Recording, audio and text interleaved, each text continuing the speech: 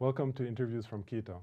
I'm Gregory Wilpert, and today we have a very special guest with us, Professor David Harvey. Professor Harvey is the author of over 20 books. He's also one of the most cited left academics and has written on a variety of topics ranging from urban studies, geography, political economy, culture, and history.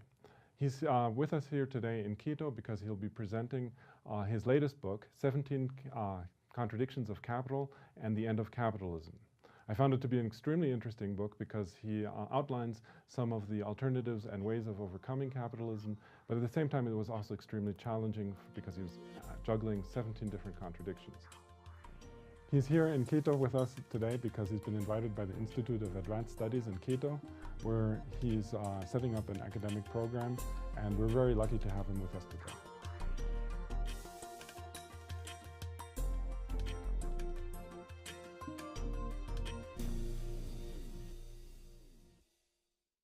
Okay, well, the first question that really comes to my mind when reading this book and looking at all the different contradictions, 17 of them, that you talk about, is of course, well, if there's so many contradictions, why is capital still around?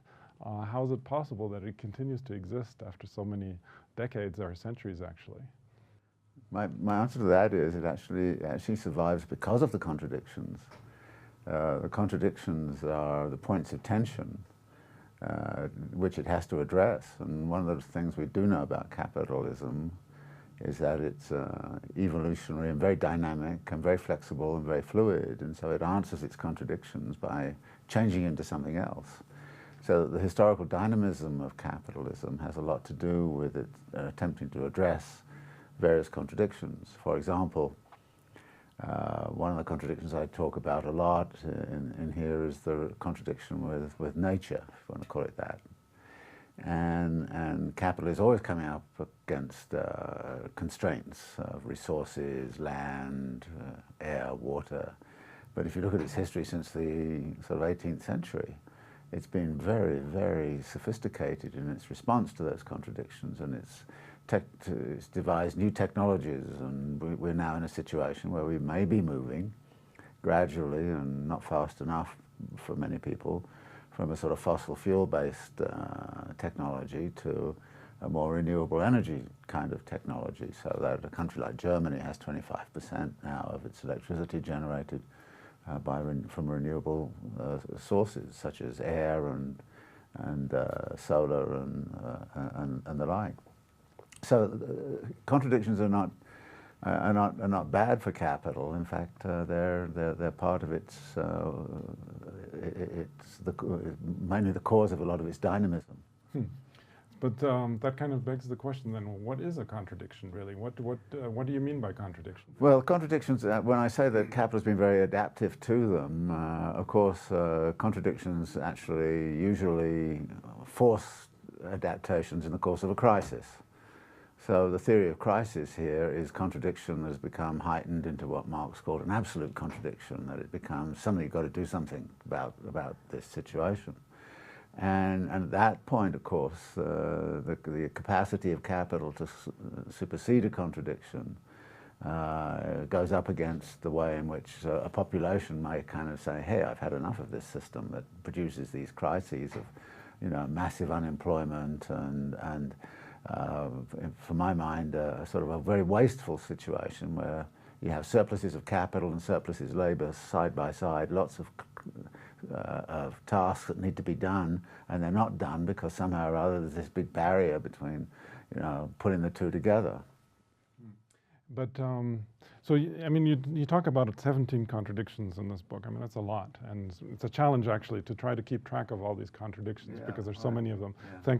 Thankfully, you subcategorize them into 3 different types: the foundational ones, the moving ones, and the dangerous ones. And one of the things that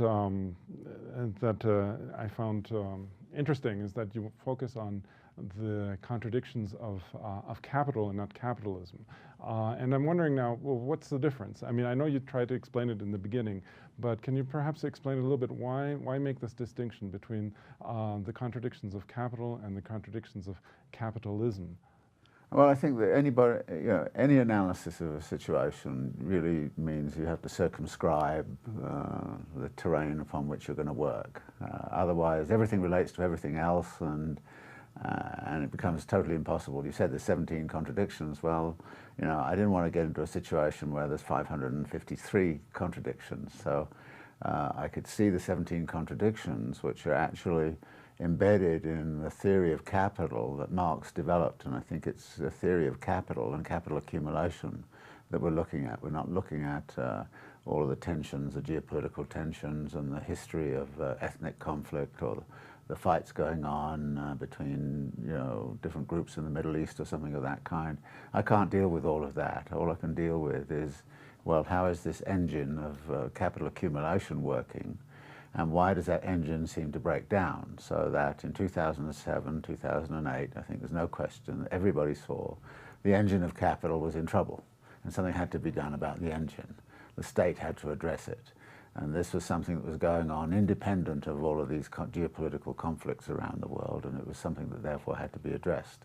So I wanted to look at the contradictions within the capital accumulation process that produced crises of the sort we experienced in 2007, 2008, or looking backwards, what happened in the Great Depression of the 1930s, what happened in the crisis-laden years of the 1970s, what happened in the mini-crises that occurred in 1997, 98 in East Asia and the like. So I wanted to isolate, as it were, how the economy is working and try to understand how crises come out of the contradictions of that particular process.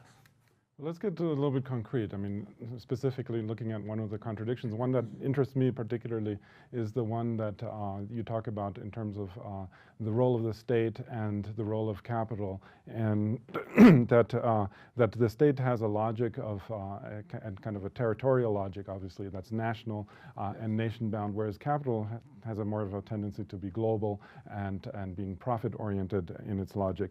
And but at the same time, you also argue that the state, that the capital needs the state in order to survive, in order to continue its accumulation process and so on. So this kind of begs the question in a way, I think, in an interesting way.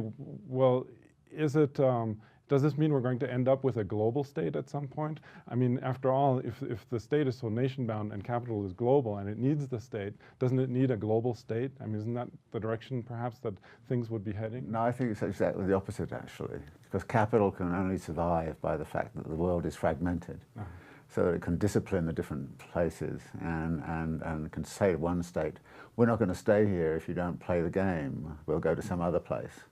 So it needs competing states in order to be actually to enforce its power in relationships. If it was a single government, the single government could actually dominate capital very easily. But the fact that the states are all divided means that actually capital can dominate them. I mean, for example, if you just look at the way in which capital uses municipal governments, it goes to them and says, we'll come here if you'll give us no taxes, no environmental regulation, et cetera, et cetera, et cetera. And if Baltimore doesn't do it, then they'll say to Atlanta, well, will you do it? And so by interstate competition, capital gets a good bargain out of it. So no, it's the fragmentation of the states which is actually most advantageous to capital, and it knows it. Then that kind of brings me to something even more concrete. I mean, we're right now in Ecuador, and I've been working a lot in Venezuela, where the state essentially has tried to, in some way, try to make capital subservient or try to dominate it in a anti-capitalist way. I would say that in any case, for maybe not so much for Ecuador, but certainly for the case of Venezuela. And the question then is, well, is that even possible? I mean, if the state is in this context of global capital, is there anything that the state can do really to oppose this logic, if it's based on a purely national level, as in the case, for example, of Venezuela, where they're definitely trying to undermine the capital logic? Well, it's very difficult. I mean, but I don't think you can say it can't do anything. I think you could do some things. And then comes the question, to what degree can you end up with alliances with other states? So here in Latin America, it would be a question of, well, And I think this is part of Chavez's kind of dream, was to have a kind of geopolitical, enough states all collaborating together, setting up their own kind of financial institutions, the Bank of the South, and extending Mercosur and that sort of thing. So the states start to collaborate with each other, then that puts more constraints on capital, provided those collaborations are around a progressive project, as opposed to something like the European Union, which all along was about consolidating states at a greater scale in order to be facilitative of capital accumulation. Let me just shift gears a little bit, because there's one thing that also struck me about your book, is that especially again thinking about the Venezuelan example and other examples in Latin America, is that I think what you write about doesn't really address, although except in the introduction. In the introduction you talk about very briefly the contradiction between reality and appearance. That is, we have one understanding, a commonsensical kind of understanding of capitalism, without having a true, deeper understanding of it, the way it actually functions. And this, to me, addresses the question of consciousness. That is, to what extent can we understand how capitalism functions, and how can we, and to what extent does it depend on our not understanding how it functions? And this is becoming also relevant, because, to me, I think, in the case of the efforts to build an alternative, because it all depends on, also to some extent, kind of the participation, obviously, of people in society and how they perceive, how they interact with money, how they interact with, how they pursue their political project too. I mean, on a very kind of, on the level of consciousness. And so I'm just wondering if you could say something about that. Well, what is it that's going to, so to speak, drive this change in consciousness to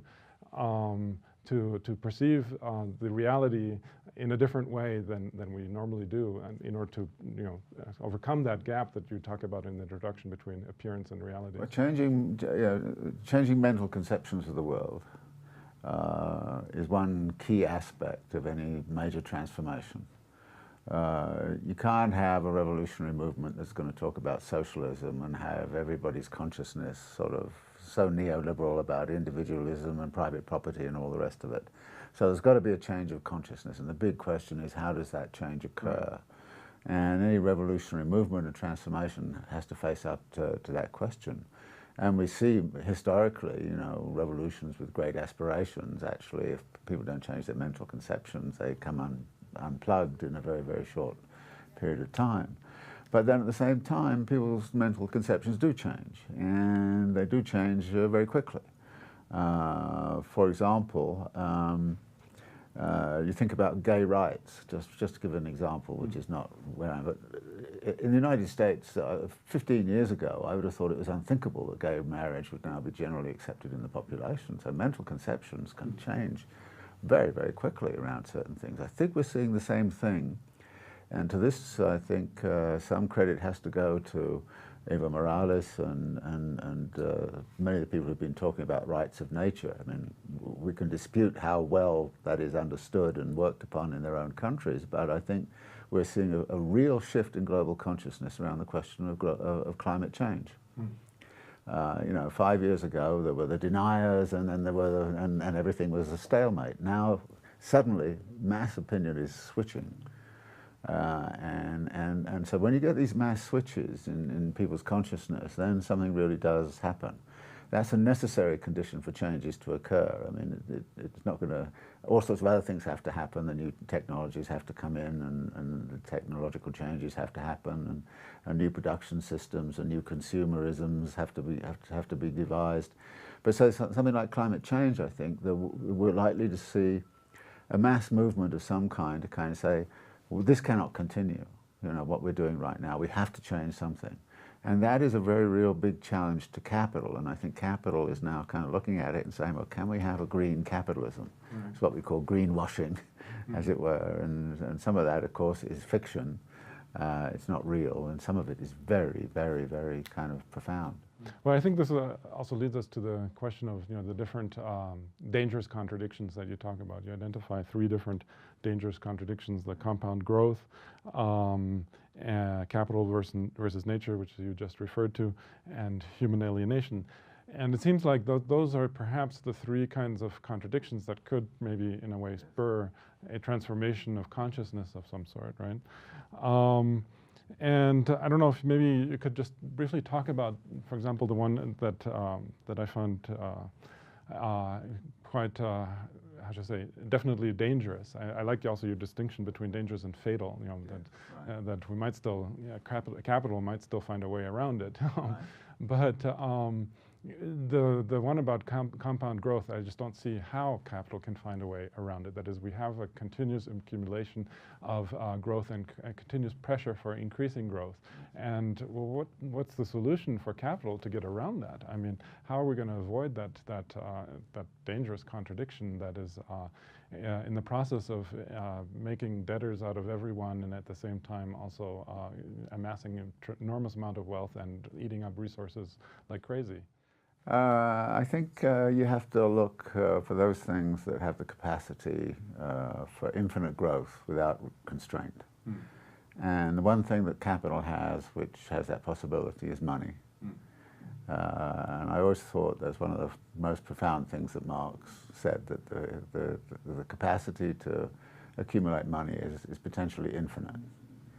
And in effect, what we see is the world's money supply is being augmented by Federal Reserve putting a few zeros on the money supply by sort of injecting billions of dollars every month into the monetary system of the world. Other central banks are doing the same thing.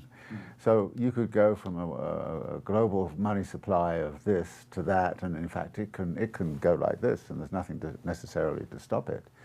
In the past, people stopped it doing that because they were frightened of inflation. But what we've seen recently is kind of people saying that inflation is really no threat if workers are not going to actually struggle and get higher wages, and that the real trigger for inflation is higher wages, and we know wages are pretty stagnant. So you can accumulate money, which means that people can accumulate wealth. I mean, again, 30 years ago, we used to talk about millionaires. We don't talk about millionaires anymore. We talk about billionaires, you know, so actually... And soon we'll be talking about trillionaires. Trillionaires, yeah, I mean, pretty soon.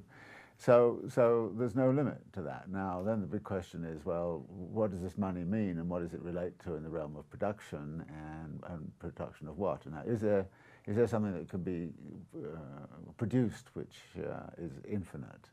Well, there are a lot of things that I think produce the shift of production of capital from, say, making tangible things like knives and forks and things that last a long time, to making images which are ephemeral and don't last. A lot of media, you know, I mean, we're spending an immense amount of time producing all kinds of things via our use of Google. So there is an expansionary capacity there, and there are some people now who are talking about cognitive capitalism. That is a capitalism that is simply about producing new knowledges.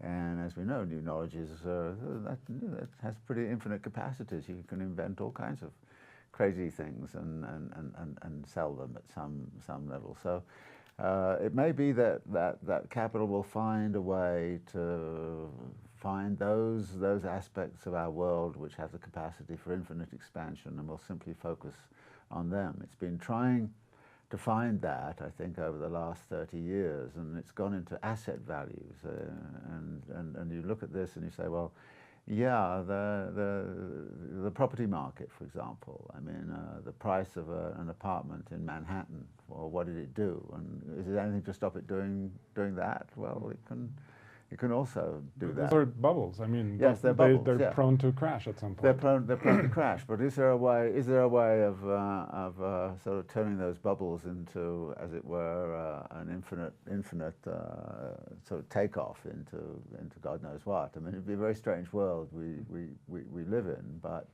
But capital can, I think, find some places to go. But the problem with the places it goes to, it doesn't actually feed people. It doesn't actually help people, which is why there's a link between what capital might do to deal with this compounding growth and the necessity to kind of find capacities for infinite expansion, and then people's real needs for you know, healthcare and for housing and for, you know, a decent life in a decent living environment. So there's a connection, I think, between what capital might do to satisfy this infinite growth requirement and the universal alienation of the mass of the population who say that has nothing whatsoever to do with improving my daily life. I want decent water and I want decent this and that, and capital's not providing that.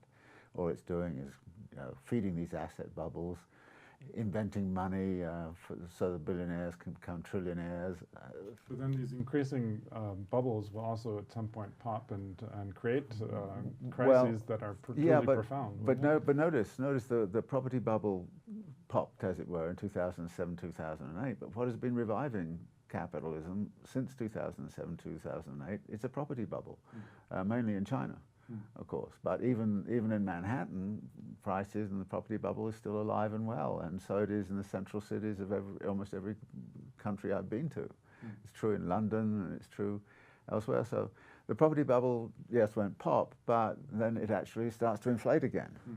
And the same thing is going on land prices. The same thing is going on other assets, intellectual property rights, and so on. So we're beginning to see a world of perpetual bubbles, and I think I say somewhere, you know, this world won't end with a bang or a whimper. It'll just be lots of bubbles popping all over the place, like the volcanoes going off, you know. But that's also probably one of the things that will cause a certain change of consciousness. I mean, the more crises there are of that sort, even if they're not fatal, they're going to lead to more and more people questioning the system. I mean, that's what I saw after 2008. It was interesting to see. I mean, not exactly what your experience was, but I remember Richard Wolff saying that he was invited to more television interviews on mainstream television than ever before in his life. I don't know how. Well, I wasn't, but no, it is interesting that this is why the last one is universal alienation, because the gap between what people want and need and what capital is providing is becoming more and more obvious to many people, and I think we saw it most spectacularly on the streets of Brazil about a year ago. You know, there's the state spending billions of dollars on new sports stadia and things like that for ephemeral events, you know, and this is, again, the spectacles and things of that sort. When people on the streets are saying, look, we need stuff for housing and healthcare and decent schools and all this kind of stuff, and you're not giving it to us. And we want decent access to transport, and all you're doing is raising our fares at the same time as you're spending billions on all of this, the World Cup and the Olympics. And you get 1 million people on the streets. And it's not simply the discontented poor. This is middle class people on the streets, and the same thing happened in Turkey, I think, which was kind of interesting, that it wasn't a traditional working class rebellion or anything like that. It was a rebellion about the inferior qualities of daily life. And then there was a trigger in Istanbul. It was this going to replace a park which everybody valued with another shopping mall, you know. And in Brazil, it was the raising of the transport fares which triggered it, but then it went off on all this other stuff.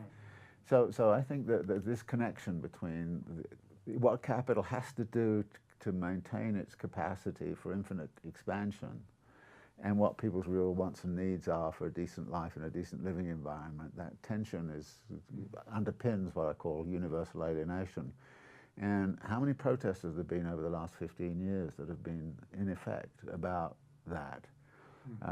You have the Occupy movement, you have the sort of uprisings in London and the riots. But how do you go beyond this protest? I mean, you have end up. I mean, it's one thing to protest and to say you're opposed to the system, but then, well, what are you going to replace it with? That's the kind of the universal question that people are always confronted with. And you have a number of recommendations. Yes, right. Just wondering if you could maybe say what you think. Well, I know there's 17 of them. Yeah. If you could just maybe summarize them in like the 3 or 4. Well, I can't do that. But what I can say is, look, the socialist movement really began sort of in the 1830s, 1840s, and it really only, I think, started to make a major impact on the world maybe 2 or 3 generations later, after a whole era of many struggles and fights and all the rest of it.